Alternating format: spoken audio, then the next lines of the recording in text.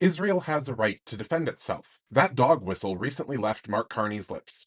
And it's 2026, and I'm here to say no, they don't. Part of Israel's self defense, for as long as I've been alive, has been pouring an ungodly amount of money into a network of serial predators who kidnapped and trafficked children as a means of gaining leverage over powerful and influential people in politics, who then would turn around and say, no matter what they did, that they always had a right to defend themselves.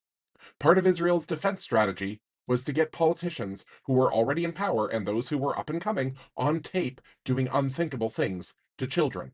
And Mark Carney knows this. Mark Carney, the man who wrote a speech that received near universal praise recently, delivered to, honestly, probably a lot of people who were involved in Israel's self defense, claiming that middle powers would no longer bow to American blah, blah, blah. Apparently, it was all just words, words, words. Israel has no right to defend itself, using the bodies of children as weapons to extort billions in weapons to defend land that they've stolen. Israel has a right to repent, to drag the politicians and spies out into the street and do the only things that you can do to irredeemable monsters if you want to sleep at night. They can change their name from Israel to something more fitting, like Gehenna, because since their founding, they have not been a blessing to all nations. Stealing other nations' children and ravaging them like the Levite's concubine is not a blessing, it is a curse.